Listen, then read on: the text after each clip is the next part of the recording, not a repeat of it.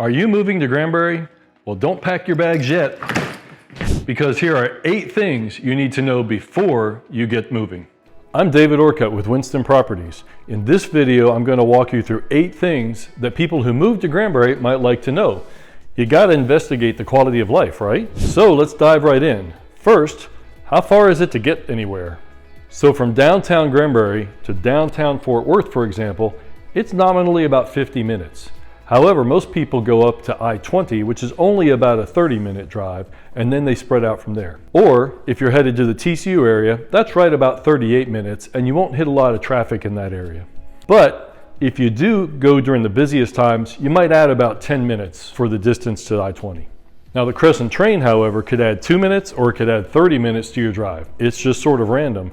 But in 2024, the Crescent bypass will be completed. That'll actually knock 3 minutes off the drive because you totally pass the traffic lights and you pass the slower traffic zones in that town. Second, let's talk about the cost of homes. The average cost of a home in Hood County or Granbury for the last year has been pretty stable at $350,000. Remember that waterfront properties or acreage are going to really drive that number up, but some of the more affordable neighborhoods we have really pull that number down, so our average has stayed very stable. You can get a respectable 3-bedroom, 2-bath for between about $250,000 and $400,000, depending on the neighborhood, the age of the home, and square footage. Homes that are on neighborhood lots are running about $160 to $220 per square foot. The third thing you need to know about is the traffic. While us older Granbury folks might complain about the traffic, there's really only about 2 places for traffic in town. The big intersection at 377 and 144, just to the west of the lake, and a 2-mile stretch on 377 between the Home Depot area and Old Highway 4. And this area is only really slow during rush hour. So the fourth thing you should know about are the schools here. Real estate agents have to be very careful when we talk about schools and send you to where the raw data is. But let me say I love the schools here. My kids all went to Granbury schools and we found the teachers without fail to be great. The principals are very engaged on the campuses. And the high school has a wide array of unique programs to get kids jobs and certifications right out of high school. Every year, between 1 and 4 kids from Granbury end up in the U.S. military academies. The rifle team has won the national championship for the last 4 years.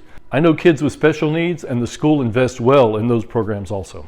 The fifth thing you should know about is our historic Granbury Square. It's really the heart of our tourism industry.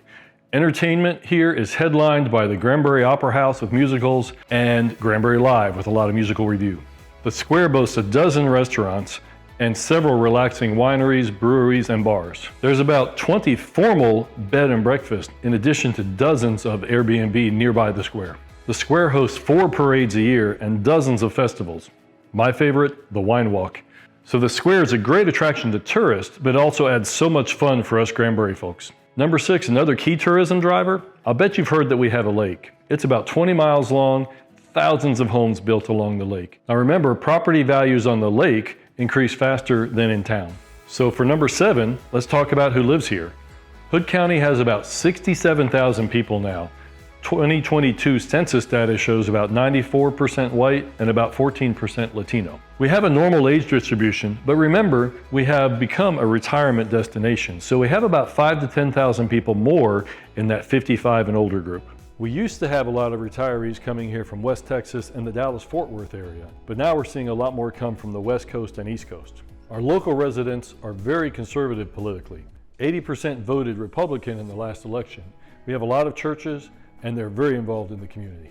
The last thing you need to know before moving to Granbury is Granbury is very friendly. It's a common observation for many of my clients. And as a bonus piece of information, folks who've lived here a long time are sometimes called OG for Old Granbury.